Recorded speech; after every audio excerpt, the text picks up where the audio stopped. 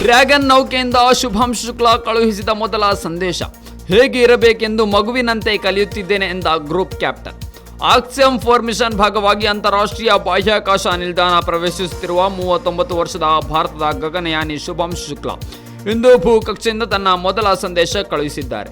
Space craft dragon ನೌಕೆಯಿಂದ ಮಾತನಾಡಿರುವ ಶುಕ್ಲಾ ದೇಶವಾಸಿಗಳಿಗೆ ನಮಸ್ಕಾರ ಎಂದು ಹೇಳುವ ಮೂಲಕ ದೇಶಕ್ಕೆ ನಮನ ಸಲ್ಲಿಸಿದ್ದಾರೆ. ಬಳಿಕ ಫಾಲ್ಕನ್ 9 ರಾಕೆಟ್ ಪ್ರಯಾಣ ಕುರಿತು ವಿವರಿಸಿದ್ದು ವಾಟ್ ಎ ರೈಡ್ ಎಂದು ಉದ್ಘರಿಸಿದ್ದಾರೆ. ಪ್ರಯಾಣ ಆರಂಭವಾದಾಗ ತಮ್ಮ ಸೀಟಿಗೆ ಇದ್ದಕ್ಕಿದ್ದಂತೆ ನೂಕಲ್ಪಟ್ಟಂತೆ ಅನುಭವವಾಗಿರುತ್ತದೆ, ಬೇರೇನೂ ಇಲ್ಲ. ನಿರ್ವಾತದಲ್ಲಿ ತೇಲುತ್ತಿರುತ್ತೀರಿ ಎಂದು ತಿಳಿಸಿದ್ದಾರೆ. ಬಾಹ್ಯಾಕಾಶದಲ್ಲಿ ಹೇಗೆ ನಡೆಯಬೇಕು ಮತ್ತು ಹೇಗೆ ತಿನ್ನಬೇಕು ಎಂಬುದರ ಬಗ್ಗೆ ಮಗುವಿನಂತೆ ಕಲಿಯುತ್ತಿದ್ದೇನೆ ಎಂದು ಅವರು ಅಲ್ಲಿನ ಅನುಭವಗಳನ್ನು ಹಂಚಿಕೊಂಡಿದ್ದಾರೆ. ಗುರುತ್ವಾಕರ್ಷಣೆಗೆ ಹೊಂದಿಕೊಳ್ಳುವ ಸವಾಲು ಕುರಿತು ಮಾತನಾಡಿದ್ದಾರೆ. ಈ ಮಿಷನ್ಗೆ ಶುಕ್ಲಾ ಮಾತ್ರವಲ್ಲ, ರಾಷ್ಟ್ರಕ್ಕೂ ಐತಿಹಾಸಿಕ ಮಹತ್ವವನ್ನು ಹೊಂದಿದೆ. 1984ರಲ್ಲಿ ವಿಂಗ್ ಕಮಾಂಡರ್ ರಾಕೇಶ್ ಶರ್ಮಾ ಅವರ ಐತಿಹಾಸಿಕ ಹಾರಾಟದ 41 ವರ್ಷಗಳ ಅನಂತರ ಬಾಹ್ಯಾಕಾಶಕ್ಕೆ ಪ್ರಯಾಣಿಸಿದ 2ನೇ ಭಾರತೀಯ ಪ್ರಜೆ ಶುಕ್ಲಾ ಆಗಿದ್ದಾರೆ. ಬಾಹ್ಯಾಕಾಶ ನಿಲ್ದಾಣ ತಲುಪಿದ ಮೊದಲ ಭಾರತೀಯರಾಗಿದ್ದಾರೆ.